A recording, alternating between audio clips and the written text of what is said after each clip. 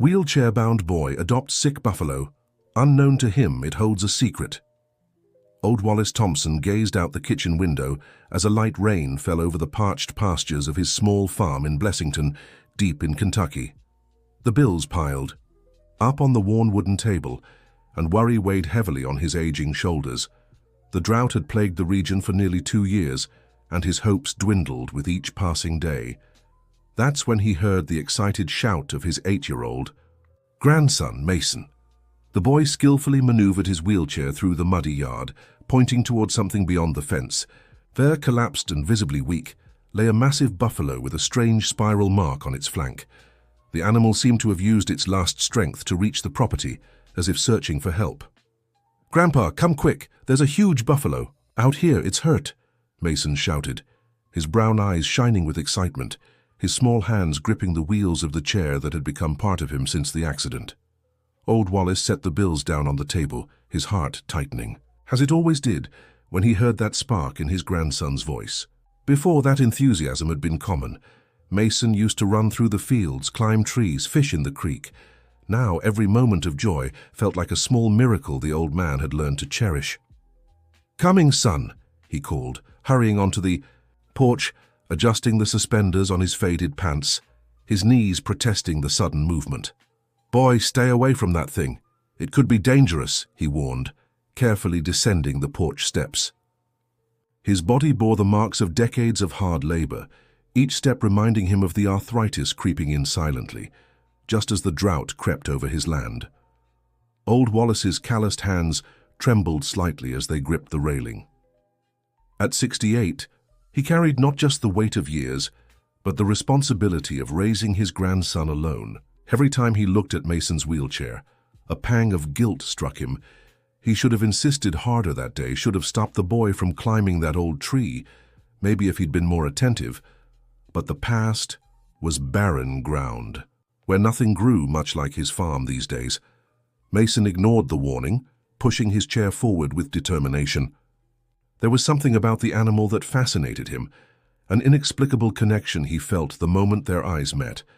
Maybe it was because they both seemed wounded by life, him with his motionless legs, the buffalo with its exposed injuries.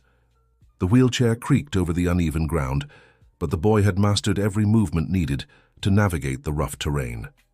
In the 2 years since the accident, his arms had grown impressively strong, a necessary adaptation to his new reality. While other boys his age ran and jumped, Mason had learned to fly on wheels, developing skills that made up for what he'd lost. "He won't hurt me, Grandpa. Look at him. He needs help," Mason insisted, cautiously reaching out toward the buffalo's damp snout. His small fingers, the same ones that once clung to branches and vines during forest adventures, now moved with gentle reverence toward the wounded animal. To Old Wallace's surprise, the massive creature lowered its head, allowing the boy's tender touch. The buffalo let out a low grunt, almost a moan of relief. It was as if, in some way beyond explanation, the animal knew the boy carried wounds too, only his weren't as visible. Old Wallace watched the scene with a mix of admiration and worry. Since the accident, Mason had swung between deep sadness and resilient adaptation. The doctors in Louisville had explained that this emotional roller coaster was normal for a child dealing with such a drastic change. The old farmer had learned to cherish every smile, every spark of interest from his grandson, even when it meant allowing some recklessness, like now. "That animal is huge, Mason. Must have escaped from some big farm. It'll bring trouble, and you know we don't even have money to take care of what's already ours," argued the grandfather, scratching his gray beard. His eyes, however, already betrayed his surrender. It was hard to deny the boy anything, especially when he saw that glimmer of life in his eyes, something that had become so rare lately. "Please, Grandpa, just till he gets better. We can't leave him like this, all hurt," begged Mason with that look that always melted his grandfather's resistance. While Old Wallace hesitated, Miss Zelda, the neighbor who'd been helping care for Mason ever since his parents left for New York City to find work, approached carrying a basket of greens. "Good heavens! Where'd this beast come from?" she exclaimed, adjusting the colorful scarf covering her gray hair. "Just showed up, Zelda, and this stubborn boy already wants to keep him," replied old Wallace, shaking his head. "Grandpa, look at this mark he has. It's like a spiral." "Never seen anything like it," Mason observed, fascinated, pointing at the design on the animal's flank. Miss Zelda stepped closer cautiously, examining the animal from a distance.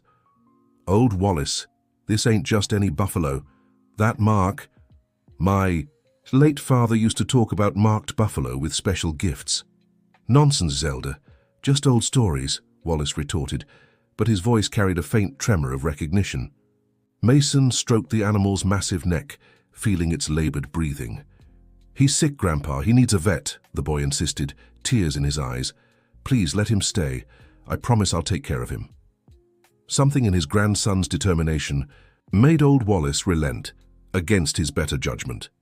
Maybe it was the memory of how Mason had faced his own condition with courage ever since the accident that left him unable to walk 2 years ago. Or maybe, deep in his memories, that spiral mark stirred something he'd rather keep buried. "All right, he can stay till he's better. But I'll let the neighboring farms know. If he's got an owner, we'll have to return him," the grandfather finally conceded. Mason broke into a radiant smile that lit up his freckled face. "Thanks. Grandpa, I'll call him Thunder." The next morning, Dr. Joshua, the only vet in the area, arrived in his beat-up pickup truck. He was a tall, lean man with thick glasses and hands calloused from decades of treating large animals. "Never seen a buffalo like this around these parts, old Wallace," the vet remarked, carefully examining the animal, which now rested under a makeshift shelter. "And that mark is mighty peculiar." "Could it be from a circus or something?" asked Zelda, who'd returned to help. "Not sure, but he's got a nasty infection in that back leg, and signs of malnutrition," Dr. Joshua diagnosed, preparing an antibiotic shot. "I'll be honest, his chances of surviving the winter are slim in this condition." Mason, watching from his wheelchair, felt his heart clench. "He'll get better. Doc, I know he will," he said with conviction. "Thunder's strong." Dr. Joshua smiled gently at the boy but exchanged a worried glance with old Wallace. "I'll leave these meds. If he makes it through the week, that's a good sign," the vet said, handing over bottles and instructions to old Wallace. In the days that followed, Mason barely left the buffalo's side. He woke up early, even before his grandfather, to feed Thunder fresh grass and water. The daily routine that had once been a struggle, the physical therapy exercises he had to do alone since they could no longer afford the therapist, the correspondence courses that replaced school, now took on a new purpose. To reach the makeshift stable every morning, Mason had to navigate the uneven backyard terrain, tackle the steep ramp his grandfather and Joe had built, and maneuver through the narrow space between the fences. Each obstacle was a challenge he faced with growing skill, driven by his desire to be with Thunder. He read stories to the animal as if it could understand every word. Carefully, he selected books from the small shelf in his room, the same ones his mother had read to him before she left, and narrated the adventures with different voices for each character. When he reached the sad parts, his voice dropped to a whisper and he swore Thunder listened more intently. "Grandpa, look how he understands," Mason would exclaim whenever the buffalo reacted in any way to his words.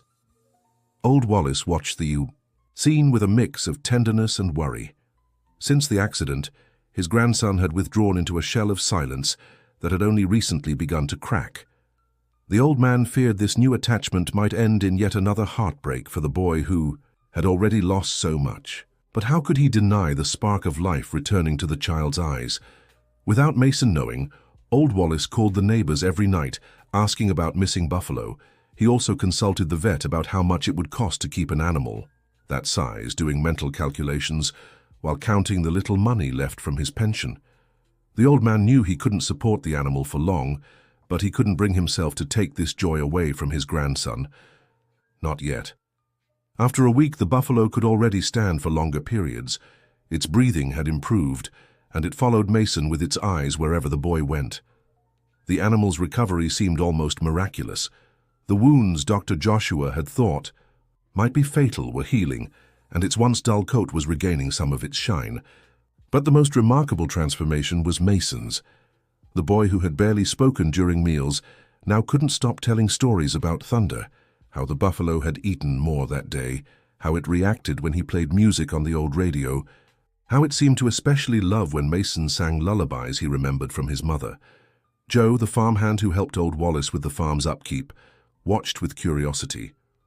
At 45, Joe had worked on the property since he was a teenager and had seen Mason born, grow up, and then suffer through the accident. A man of few words, his face deeply lined from years under the harsh sun, he had a soft spot for the boy, and every smile from Mason felt like a small personal victory. "Old Wallace, that buffalo only listens to Mason. I tried leading it to the other side of the pasture, but it won't budge. It only moves if the boy calls it," he remarked one afternoon as they repaired the corral fence together. "It's almost like it understands what he's saying." What Joe didn't mention was how he'd tried everything to get the animal to move. Carrots, apples, even some of the special feed they saved for important occasions. Nothing worked. But all it took was Mason's childlike voice calling, and the massive buffalo moved immediately, as if answering an old friend's call. "There's something different about that animal, Old Wallace," Joe continued, lowering his voice as if sharing a secret. "Never seen anything like it. And that mark, my father used to tell stories about marked animals with special powers. Dear listener, if you're enjoying the story, please take a moment to like and especially subscribe to the channel.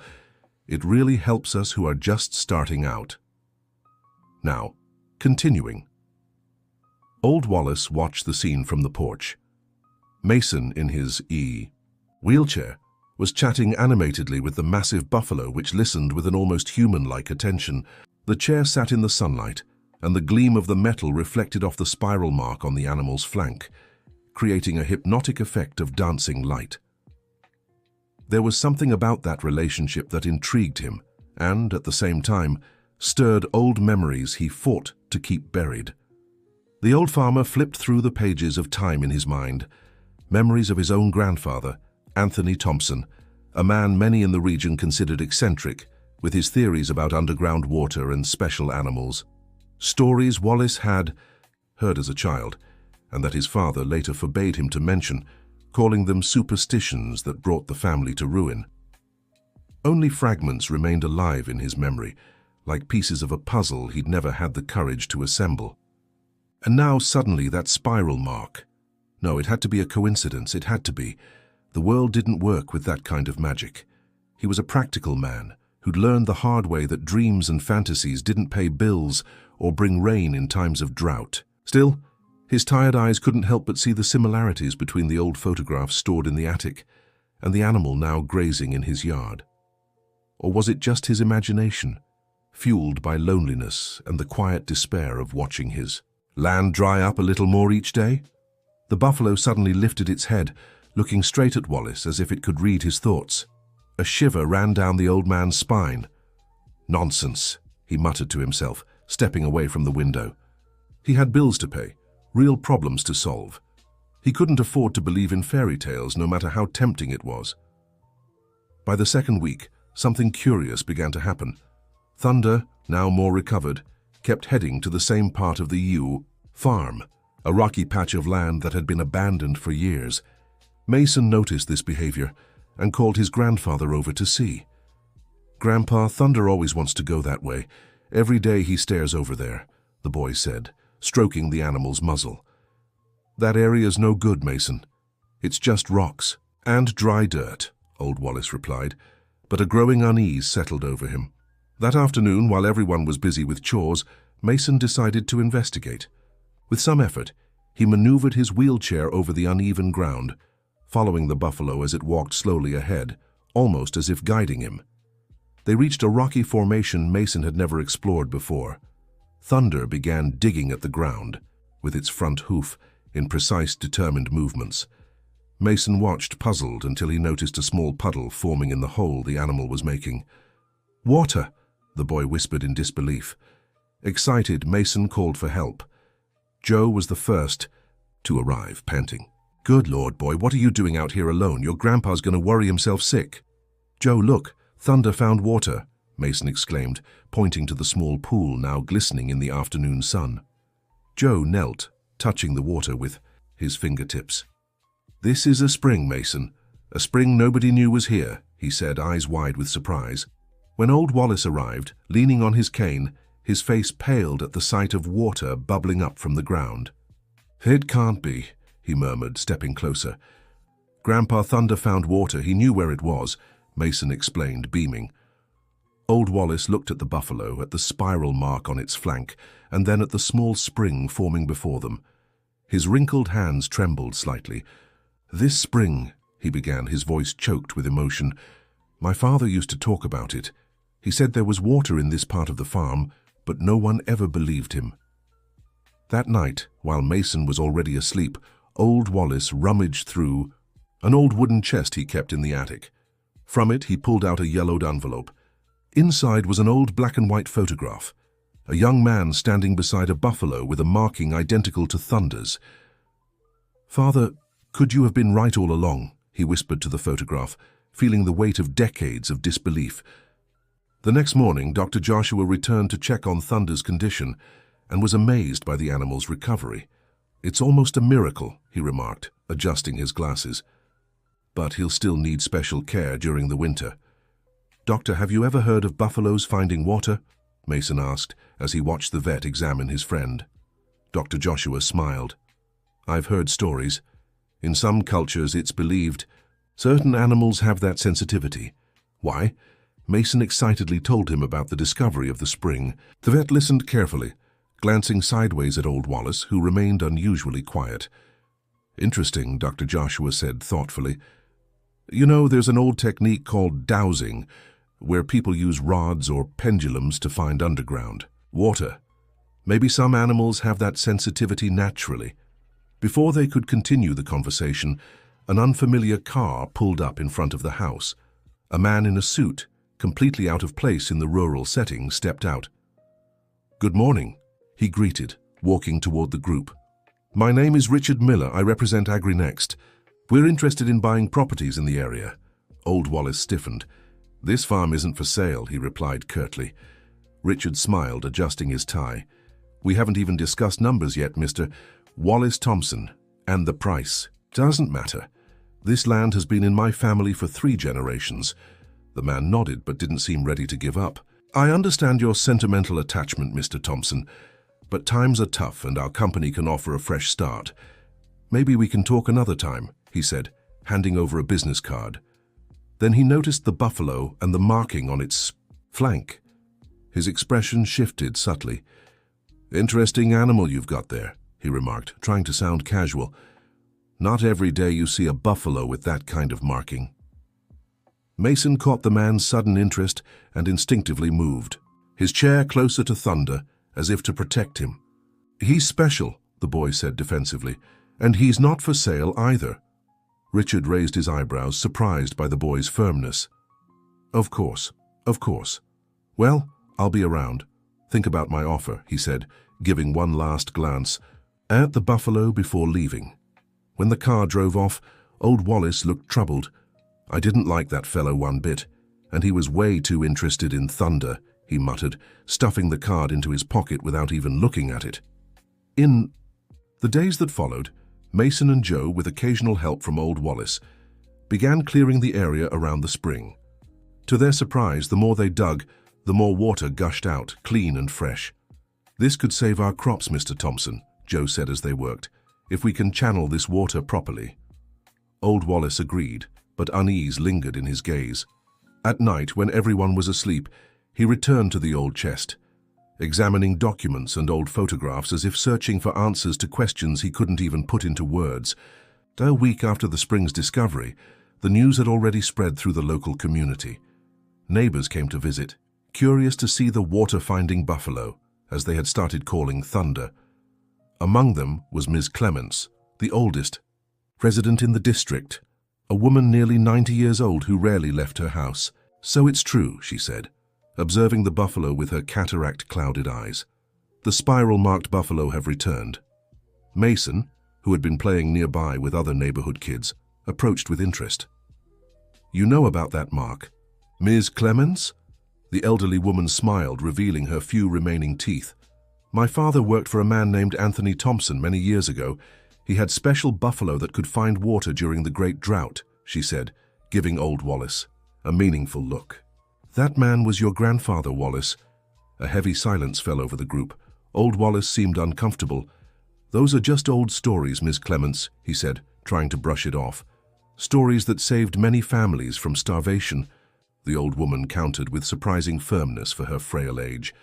You were too young to remember, but I saw it with my own eyes. Later, when they were alone, Mason confronted his grandfather. Grandpa, why didn't you ever tell me about your grandfather's buffalo? Old Wallace sighed deeply, sitting down on the old rocking chair on the porch.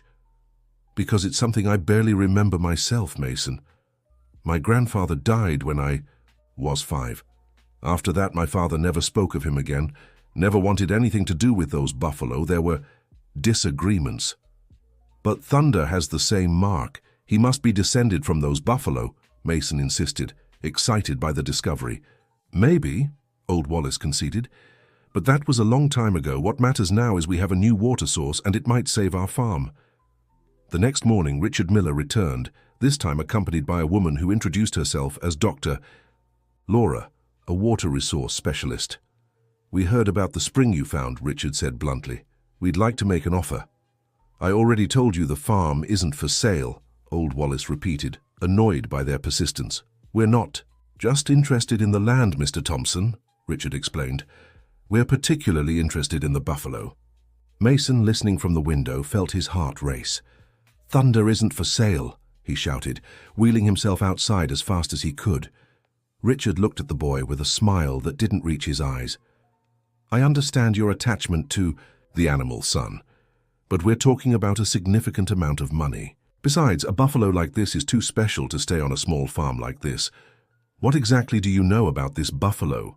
Old Wallace asked, narrowing his eyes suspiciously. Richard hesitated for a moment. Let's just say we have an interest in animals with specific talents.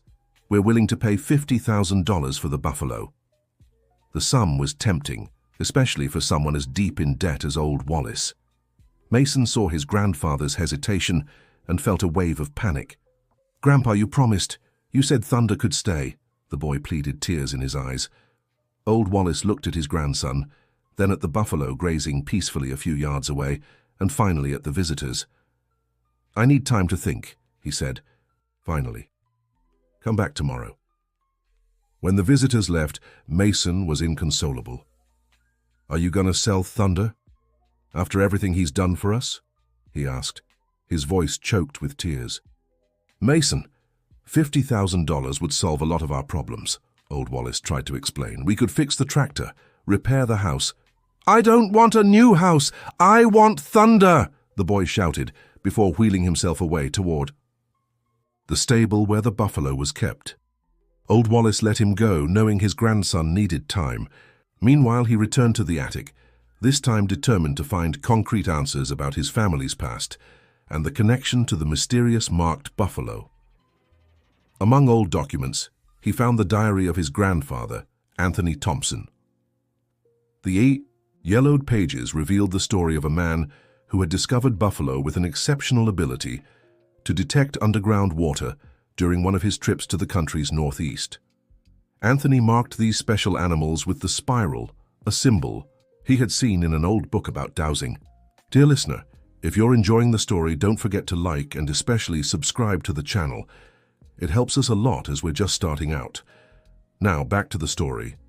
As he read further, Old Wallace discovered that his grandfather had raised a small herd of these special buffalo, helping farmers across the region during droughts. However, after his death, his son, Wallace's father, had sold almost all the animals, believing his father's success was based on unfounded superstitions. So that's it, Old Wallace murmured to himself, feeling the weight of generations and lost opportunities. Meanwhile, in the stable, Mason was talking to Thunder, as he always did when he was sad or worried. I won't let them take you, I promise, he whispered, stroking the animal's snout. You're my friend, and friends don't abandon friends. That's when he noticed something he hadn't seen before, a small mark behind the buffalo's ear, almost hidden by its thick fur. It looked like a letter and a number, T7. Intrigued, Mason called Joe, who was working nearby. Joe, can you see what's written here? He asked, pointing to the mark. Joe examined it carefully. It does look like T7. Must be some kind of identification. What could it be from? A circus, maybe? Mason wondered. Or a research center, Joe suggested. I'll ask old Wallace if he knows anything about it. That night, during a quiet dinner, Joe mentioned the discovery. Old Wallace stopped eating, his fork hovering in the air. T7, are you sure? Yes, sir, it's very clear behind the right ear, Joe confirmed.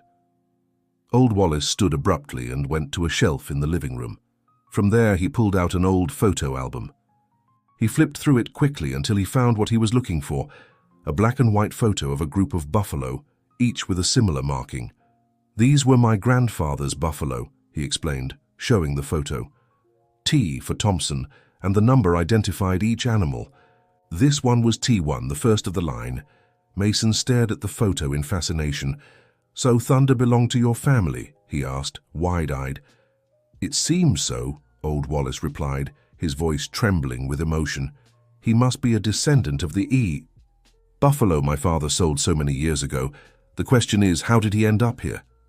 The next morning, to everyone's surprise, it wasn't Richard who showed up, but a local TV reporter, Patricia Smith, accompanied by a cameraman. Good morning, I'm from Golden Ridge TV. We're doing a story on the drought in the region and heard about a special buffalo that found water on your property. Can we ask a few questions? Old Wallace hesitated, but Mason, who had already forgiven his grandfather after the previous night's revelations, was excited by the idea. Please, Grandpa, then everyone will know about Thunder. Reluctantly, old Wallace agreed, as long as they didn't film the spring or mention its exact location. The segment was brief, but enough to tell the story of the wheelchair-bound boy and his miracle buffalo. 2 days later, the report aired on the local news and quickly spread across social media. To old Wallace's dismay, his farm became a local attraction, with curious onlookers showing up to see the famous buffalo. Among the visitors was an elderly man who introduced himself as Charles Morrison, a retired geology professor. I came to see the buffalo that finds water, he explained to old Wallace. I worked with your grandfather, Anthony Thompson, many years ago. You knew my grandfather? Asked old Wallace, surprised. Yes, I assisted in his research on hydrography. He was a man ahead of his time, replied Charles with a nostalgic smile. He believed certain animals had a natural sensitivity to detect magnetic fields linked to groundwater. It wasn't superstition, as many thought, but science we didn't fully understand yet. As they spoke, Richard Miller arrived, visibly irritated. I saw the report on TV, he said without greeting anyone. You shouldn't have done this without consulting experts first. I didn't know I needed permission to talk to the press about my own farm, old Wallace countered firmly. We're talking about a crucial water resource in times of scarcity, argued Richard. My offer for the buffalo is now 70,000. Charles Morrison watched the exchange with growing interest. If I may ask, why such interest in this specific animal? Questioned the professor. Richard seemed uneasy.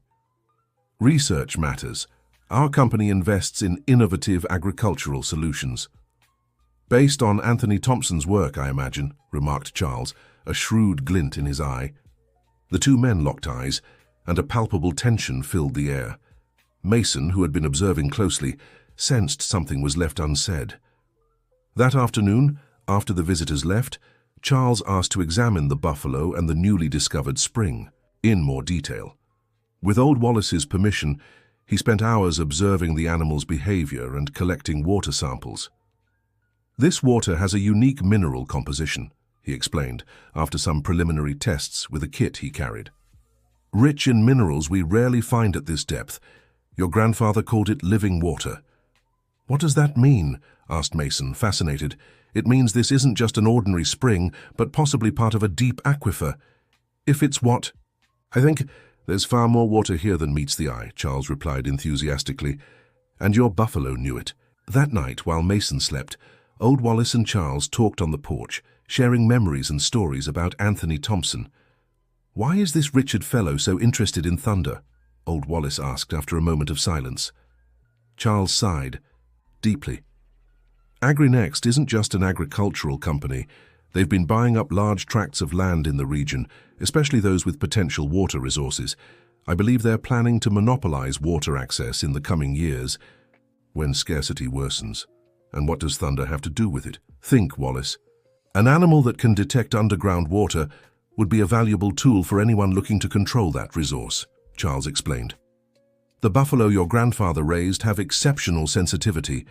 If AgriNext can replicate that, they'd have an edge over everyone else, Old Wallace finished, understanding the gravity of the situation.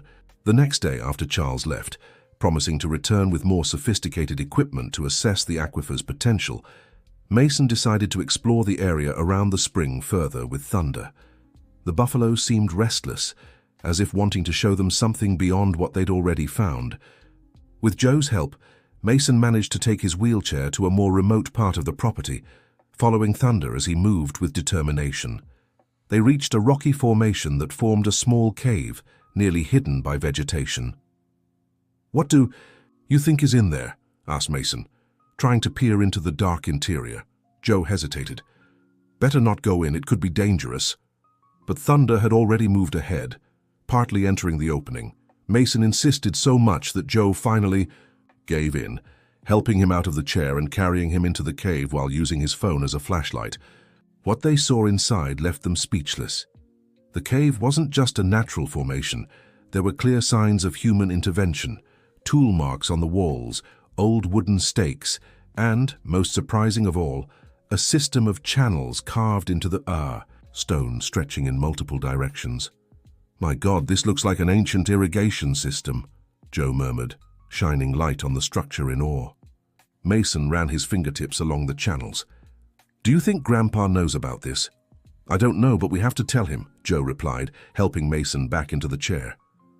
When they returned to the house, they found Old Wallace in a heated discussion with Richard, who had come back with an even bigger offer, $100,000 for the buffalo.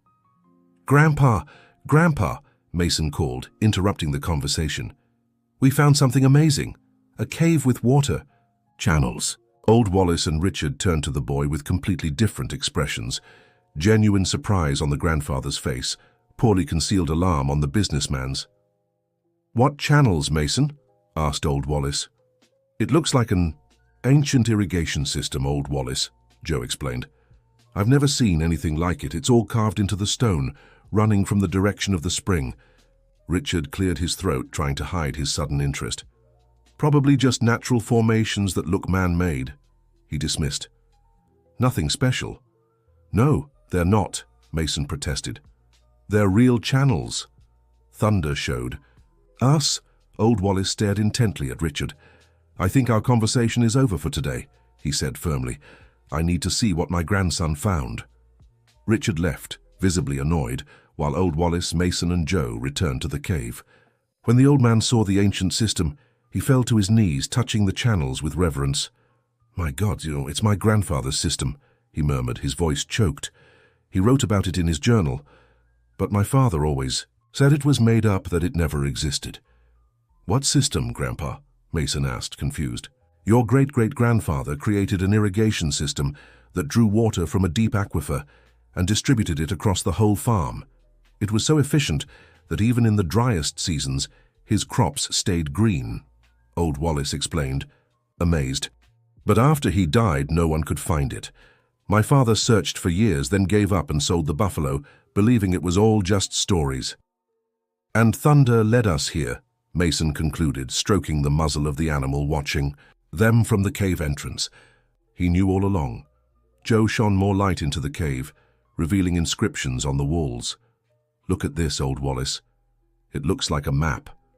Carved into the rock was a detailed diagram of the entire system: the main spring, the secondary channels, the distribution points. It was an impressive feat of engineering for its time. "With this, we can restore the whole system," Old Wallace said hopefully. "We can make this farm thrive again, like in my grandfather's days." In the following days, with the help of Charles Morrison and some volunteer students from the local university, they began mapping and cleaning the ancient system. They discovered it extended across nearly the entire property, using gravity to distribute water efficiently. Richard Miller didn't give up easily. He returned with an offer to buy the entire farm for well above market value. When old Wallace refused, he resorted to more aggressive tactics, questioning the legality of the water collection and threatening to involve environmental agencies. That's when the local community came together to defend the Thompson family. Several farmers in the area, inspired by the rediscovery of the ancestral system and the determination of the wheelchair-bound boy and his buffalo, offered to help fully restore the irrigation system. My father always said your grandfather, old Anthony, saved our family during the Great Drought of 1952, one of the older farmers told old Wallace. Now it's our turn to return the favor. One evening, as the crew worked on clearing one of the main channels, Mason noticed Thunder seemed restless, grunting and staring insistently at the sky. "What's wrong, buddy?" he asked, concerned. Joe looked at the horizon and paled. "Storm's coming, a big one," he warned. "Better pack up and head home." They barely had time to gather their tools before the sky opened up on them. The rain was so heavy that within minutes the paths were already muddy, making the return difficult. Joe tried to push Mason's wheelchair, but the wheels sank into the mud. "I'll have to carry you, Mason," he shouted, trying to be heard over the storm's roar. That's when Thunder stepped closer, lowering himself beside the wheelchair in a clear offer of help. Joe understood immediately and lifted Mason onto the buffalo's back. The animal rose carefully and began walking steadily along the muddy trail, with Joe following behind, carrying the wheelchair. When they reached the house, they found old Wallace on the porch, worried. "Thank God you're safe," he exclaimed, helping Mason down from the buffalo. This rain caught everyone off guard. The storm raged all night with an intensity unseen in years. Thunder, usually calm, grew restless in the stable, grunting and pawing at the ground. "He's trying to tell us something," Mason remarked, having insisted on checking on the animal before bed. In the early hours they were awakened by Joe, drenched and panting. "Old Wallace, the spring! The water's gushing so hard it's overflowing the channels," he warned, alarmed. Quickly, old Wallace threw on his raincoat. "We need to divert that water or it'll destroy all the work we've done," he said, preparing to head out. The fear in his voice was palpable, not just for the newly rediscovered irrigation system, but for the crops that had finally begun to sprout, for the fragile hope that had been reborn on that land, their hope that could literally be washed away by the water's indiscriminate fury. Wallace knew this paradox well. The same rain that brings life can bring destruction when it arrives with unchecked force. As his late father used to say, "The problem is never the water, but the timing and the way it comes." "I'm coming too," Mason insisted, already pushing the blanket aside, his determined eyes gleaming in the dim light of the room, lit only by occasional lightning. The boy wasn't the same as he'd been months ago. There was a new strength in him, a purpose that transcended his physical limitations. His grandfather looked at him with concern. Mason was small for his 8 years, his body even frailer. After the accident that had confined him to the wheelchair, the thought of taking him out into the storm made his heart clench with fear. He'd already failed once to protect him. He couldn't fail again. "No, son. It's too dangerous," his grandfather refused, his firmness masking his own fear. This storm was unlike anything they'd seen before. The sound of rushing water, growing louder by the minute, reached them like an ominous warning. "But Thunder can carry me. He knows the way even in the dark," argued the boy, his voice rising an octave with the intensity of his emotion. It wasn't just childish stubbornness. It was a deep need to contribute, to show he still had worth, that he wasn't just a burden to his already overworked grandfather. Seeing his grandson's determination and recognizing the wisdom in his words, old Wallace finally agreed. Maybe it was madness, but there was something in Mason's conviction, in the way he spoke about Thunder, that made the old man believe the boy might be right. Besides, the buffalo seemed to possess an instinctive knowledge of the land that surpassed their own. In recent days, the animal had shown a familiarity with the property that defied explanation, as if it had lived there before, as if it knew secrets of the earth they were only beginning to discover. "All right, but you don't leave my side." For a single second, old Wallace conceded, his heart torn between fear and a strange feeling that they were doing exactly what they were meant to do. As Joe helped Mason dress properly for the storm, waterproof boots over his motionless legs, a raincoat fastened carefully so it wouldn't hinder his arm movements. Old Wallace frantically searched for working flashlights. The power had already gone out, as it always did during strong storms, leaving the old house swallowed in shadows lit only by the intermittent flashes of lightning. His fingers found at the back of a drawer the old dynamo flashlight that had belonged to his grandfather. No batteries needed, working only with the repeated squeeze of a lever. Old technology but reliable, old Anthony used to say, doesn't depend on batteries that run out when you need them most. Like so many other lessons from his grandfather, this one had proven true over the years. Outside, the rain continued. Mercilessly. Mason, mounted on Thunder and shielded by a waterproof coat, felt the power of nature around him. The water fell in thick curtains, reducing visibility to just a few feet.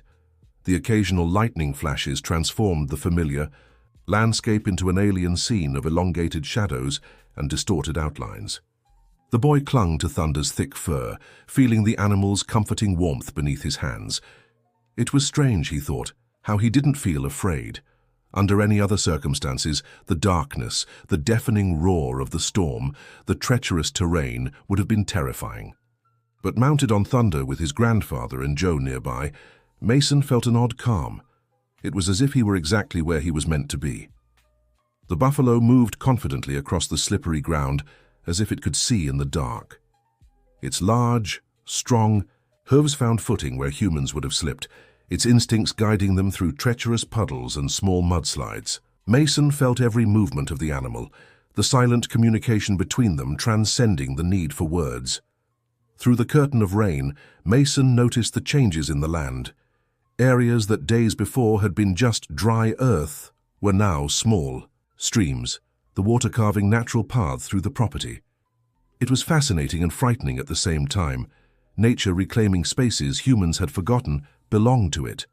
A particularly loud clap of thunder made the ground tremble beneath them. Mason felt his heart race, but Thunder remained steady, its solid presence offering a sense of security that defied logic. The boy remembered the stories his mother used to tell him about the ancients who could speak to the earth and its elements. In that moment, under the pouring rain, with Thunder guiding them with unwavering confidence, those stories no longer seemed like just childish fantasies. Mason felt his heart race, but Thunder remained steady, his solid presence offering a sense of security that defied logic. The boy remembered the stories his mother used to tell him about the old-timers who could talk to the land and its elements. At that moment, under the pouring rain, with Thunder guiding them with unshakable confidence, those tales no longer seemed like mere childhood fantasies. Maybe there really are things beyond what we can explain, Mason thought.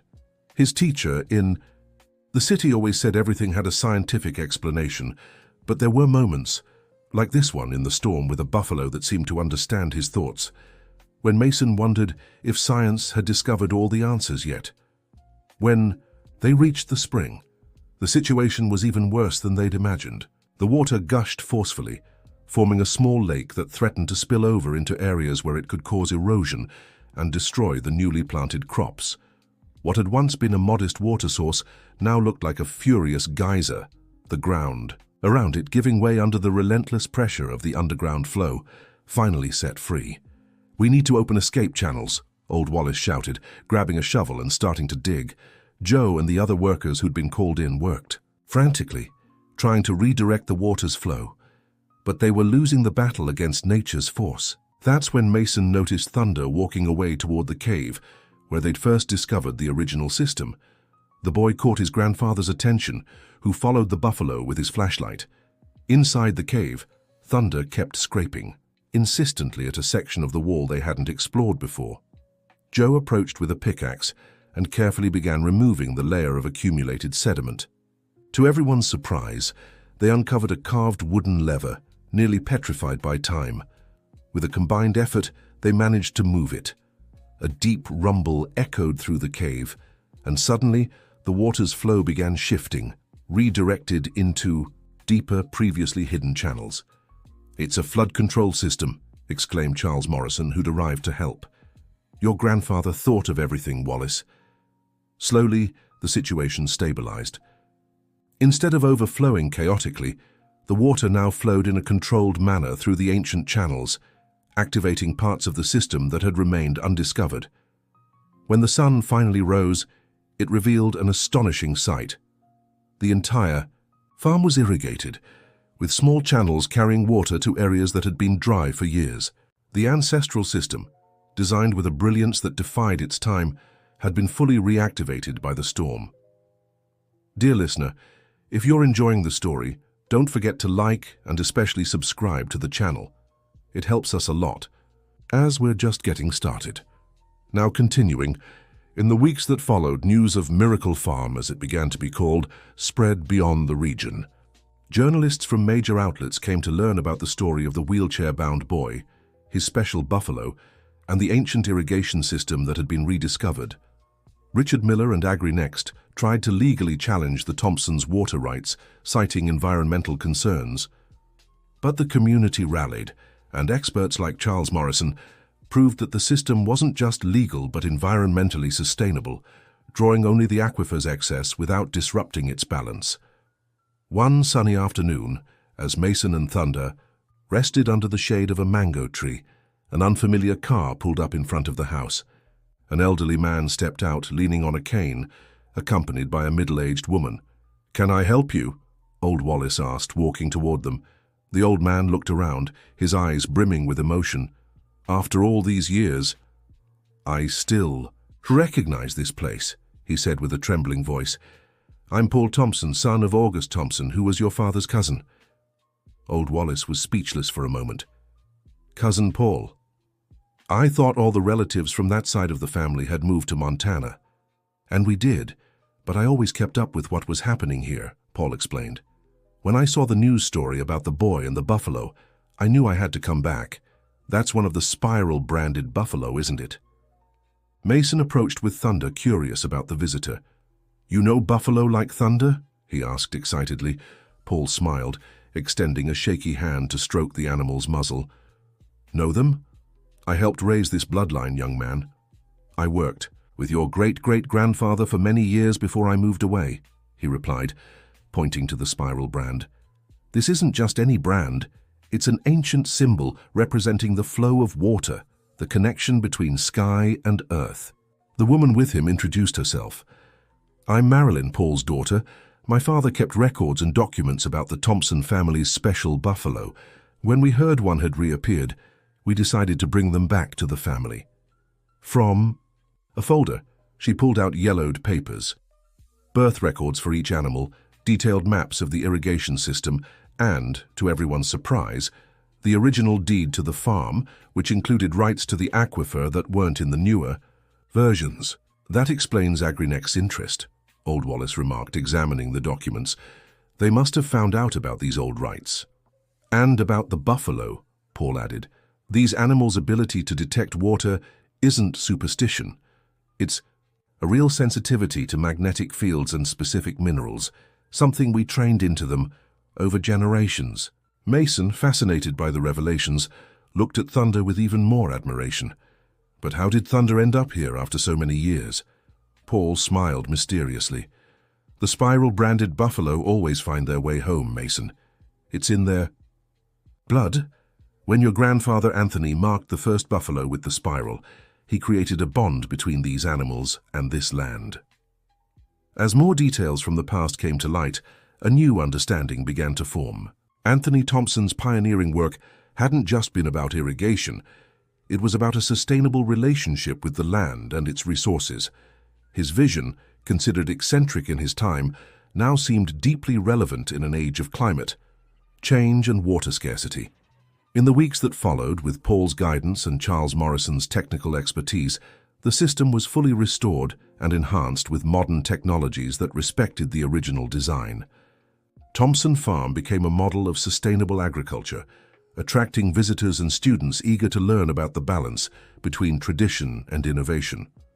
For Mason, the transformation went even deeper. Inspired by his great-great-grandfather's story and his special bond with thunder, the boy developed a growing interest in biology and animal behavior. With the help of volunteer teachers who began visiting the farm, he progressed in his studies, dreaming of the day he could contribute his own discoveries.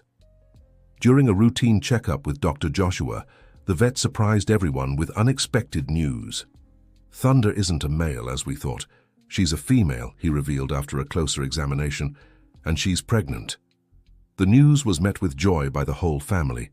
The bloodline of the Spiral-branded buffalo would continue, ensuring the legacy wouldn't be lost again. Old Wallace, watching his grandson chatting excitedly with Thunder in the lush pasture that had once been dry land, felt a peace he hadn't known in decades. The circle was complete. The work of his grandfather, interrupted by misunderstandings and family disputes, had been rediscovered and continued thanks to the perseverance of a boy who, like the marked buffalo, refused to let physical limitations define his potential. Richard Miller made one last desperate attempt, offering an exorbitant sum for the farm and the buffalo. Old Wallace didn't even consider the offer. "Some things don't have a price, Mr. Miller," he replied calmly. "What we have here is more valuable than money. It's a legacy, a responsibility to the future." Frustrated, the businessman left, but Agrinex's threats didn't stop. Using their influence, the company tried to pressure government agencies to restrict water use in the region, affecting not just the Thompsons, but all the local small farmers. That's when Mason had an innovative idea. With the help of Charles, Paul and his grandfather, he proposed creating a water management cooperative, uniting the farmers in the area to protect and share resources sustainably. "Water shouldn't belong to just one person or company," the boy argued, surprising everyone with his eloquence during a community meeting. "It belongs to the land, to nature. We're just its guardians." The idea quickly gained momentum. Farmers, who once competed with each other, now united around a common goal. The knowledge about the Thompsons' irrigation system was shared, adapted and implemented on other properties, always respecting the natural limits of the aquifers. Meanwhile, Thunder awaited the arrival of her calf. Mason, more than anyone, understood his friend's anxiety. He spent hours beside her in the comfortable stable they had prepared, reading books, telling stories, and sharing dreams. "You know, Thunder, when you first showed up here, I thought I was saving you," he confessed one quiet afternoon. "But it was you who saved me, who saved all of us." The buffalo responded with a gentle nod, as if understanding perfectly. The key bond between them had deepened over time, becoming something almost mystical, yet deeply rooted in the shared reality of two creatures who had overcome physical limitations through determination. In town, the story of Thompson Farm, the wheelchair-bound boy and the special buffalo, inspired an educational project.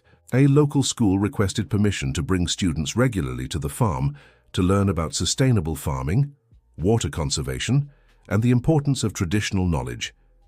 Mason, initially shy about so many children visiting his personal sanctuary, soon discovered a new passion: teaching.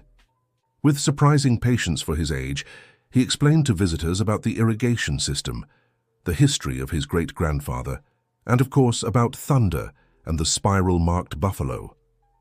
It was touching to see how the children, initially curious about the wheelchair, quickly forgot about it, fascinated by the boy's intelligence and knowledge of the farm and its animals. For many of them, Mason became proof that true human abilities transcend physical limitations. On a spring morning, the big moment arrived.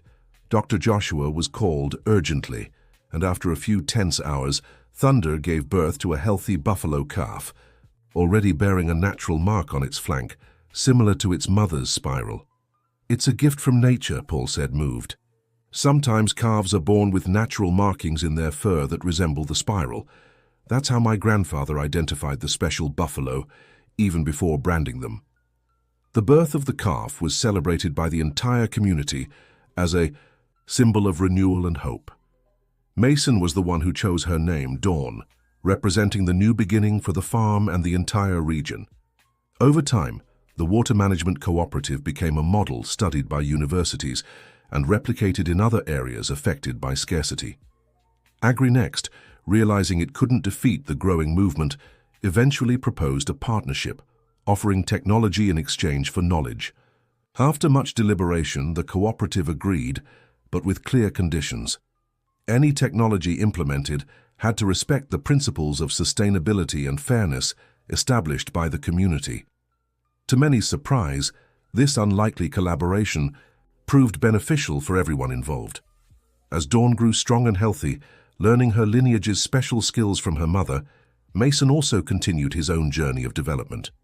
With the help of physical therapists who now regularly visited the farm, he made slow but steady progress, strengthening muscles that had lain inactive for years. On his 10th birthday, Mason stunned everyone when, supported by special crutches, he took his first steps since the accident. They were just 3 shaky steps between the chair and his grandfather's arms, but they represented a personal victory that brought tears to everyone present. "You inspired me, Mason," Old Wallace said, hugging his grandson. "Your strength taught me it's never too late to start over, to believe." The transformation of Thompson Farm caught the attention of international researchers interested in both the irrigation system and the special buffalo. A European university proposed a research project to scientifically study the animal's ability to detect groundwater, combining traditional knowledge with advanced technology. Mason, now with access to specialized education through teachers who regularly visited the farm, actively participated in the research, recording detailed observations about Thunder and Dawn's behavior. His notebook became a valuable document, showcasing a sharp perception that even impressed seasoned scientists. One quiet afternoon, as he watched Thunder and Dawn grazing on the lush hill that had once been nothing but parched land, Mason noticed something: his own spiral mark. Not a physical one, but the circular path his life had taken, from tragedy to hope, from limitation to possibility, from isolation to community. Like the water in his great-grandfather's irrigation system, his life now flowed in productive, nourishing cycles. "I think we all have our own spiral, don't we, Thunder?" he remarked, stroking the muzzle of his friend, who had approached as if sensing his thoughts. On the porch, Old Wallace watched the scene with a serene smile, grateful for the second chance life had given him, the opportunity to reconnect with his family's legacy, and, more importantly, to build a genuine relationship with his grandson, rooted in mutual respect and admiration. Mason's parents, who had initially left for the city in search of better opportunities, were now seriously considering returning. The farm was thriving, and the strengthened community offered possibilities that hadn't existed when they left. More than that, they saw how their son had found his place in the world, even while facing challenges many adults would consider insurmountable. "You know what amazes me the most?" Charles Morrison remarked one afternoon as he shared coffee with Old Wallace on the porch. "How your grandson turned a limitation into a new path. Instead of defining himself by what he couldn't do, he discovered unique possibilities." Old Wallace nodded thoughtfully. "Like the spiral-marked buffalo, they're not special despite being different. They're special precisely because of that difference." The story of Thompson Farm, Mason, and Thunder continued to inspire people, far beyond the borders of their small community. The cooperative expanded, now encompassing not just water management, but also environmental education projects, preservation of traditional knowledge, and the inclusion of people with disabilities. In farm work, in a simple ceremony, the community inaugurated a small museum on the farm, documenting the history of the spiral-marked buffaloes and the ancient irrigation system. The first exhibit highlighted the visionary work of Anthony Thompson, who combined respect for nature with technological innovation long before these ideas became popular. For Mason, seeing his family's legacy preserved and honored was deeply satisfying. But his greatest joy remained the simple moments, mornings with Thunder and Dawn, watching the sunrise over the now lush pastures, afternoons studying under the shade of the mango trees, evenings spent chatting on the porch with his grandfather and neighbors who had become extended family. Eventually, Mason's parents returned to the farm for good. His mother, Christine, applied the management skills she'd learned in the city to improve the farm's operations, while his father, Robert, brought new planting techniques that complemented the traditional system. The reunited family celebrated when Dawn, just a year old, showed the same ability as her mother, leading them to a new water source in a previously unexplored part of the property. The special lineage continued, as did the legacy of cooperation between humans and animals, between tradition and innovation. Around the same time, Mason reached another personal milestone. With the help of therapists and a custom-made brace developed for him, he could now walk short distances using just one crutch. Every step was a victory, not just over his physical condition, but over the limitations society often imposes on people with disabilities. Richard Miller, who had once posed a threat, surprised everyone when, after a personal health crisis, he reassessed his priorities. During an unexpected visit to the farm, he arrived with a different proposal: to use his business influence to help expand the cooperatives model to other drought-affected regions. "I nearly lost my life chasing profit at any cost," he confessed, visibly changed. "You all showed me another way where prosperity and sustainability can go hand in hand." Initial distrust gradually gave way to cautious collaboration. Richard brought resources and connections that helped strengthen the cooperative, while he learned a new way of doing business, one based on values that went beyond immediate profit. To celebrate the second anniversary of the rediscovery of the Audi irrigation system, the community threw a party at Thompson Farm. Farmers, students, researchers, and curious visitors gathered to share stories, food, and music. At the heart of the celebration were Mason and Thunder, whose extraordinary bond had sparked all these changes. During the festivities, Charles Morrison announced an important discovery. The aquifer beneath the farm was part of a much larger system stretching across the entire region. Months of research indicated that, with proper management, this resource could provide water for future generations, even in the face of adverse climate conditions. But only if we continue to respect nature's limits, he emphasized. The system Anthony Thompson created wasn't just ingenious, it was sustainable. He understood that we can't take more than nature can replenish. Mason, leaning on his crutch, walked to the center of the circle to make a special announcement. "We want to turn part of the farm into a permanent educational center," he declared, with a confidence that impressed even those who knew him well. "A place where people of all ages can learn about water, sustainable farming, and how to overcome limitations, whether physical or mental." The proposal was met with enthusiasm. Teachers volunteered to give lessons. Architects proposed accessible designs for the facilities, and even the local town hall promised support for transporting students from remote areas. At the end of that memorable day, as the sun set, painting the sky orange and purple, Mason sat atop the hill with Thunder and Dawn lying peacefully beside him. From there, he could see the entire expanse of the farm. The irrigation channels gleaming like silver veins in the earth, the lush crops swaying gently in the breeze, and the people still celebrating around the main house. His grandfather slowly climbed the hill to join him, carrying a small package. "This belonged to your great-great-grandfather," said Old Wallace, handing his grandson an object wrapped in aged leather. "Paul gave it to me when he returned to Montana. He said you should have it." Mason carefully unwrapped the package, revealing an old, beautifully preserved compass. Inside the lid was engraved the same spiral that marked Thunder's flank. "To always find your way home," Mason read, moved. "My grandfather gave one of these to each person who took one of the special buffaloes," Old Wallace explained. "It was a reminder that no matter where they were, there would always be a place to return to." Mason held the compass up to the sunset's light, watching as the magnetic needle aligned firmly with the north. "Just like Thunder found his way back to the farm," he mused. "And just like you found your way, Mason, despite everything," his grandfather added, placing a loving hand on his grandson's shoulder. Back at the house, after the community dinner, Mason sat at the kitchen table with a map of the farm and its surrounding areas. With the precision of an experienced cartographer, he marked the spots where Thunder and Dawn had indicated the presence of water, creating a record that would be valuable for future generations.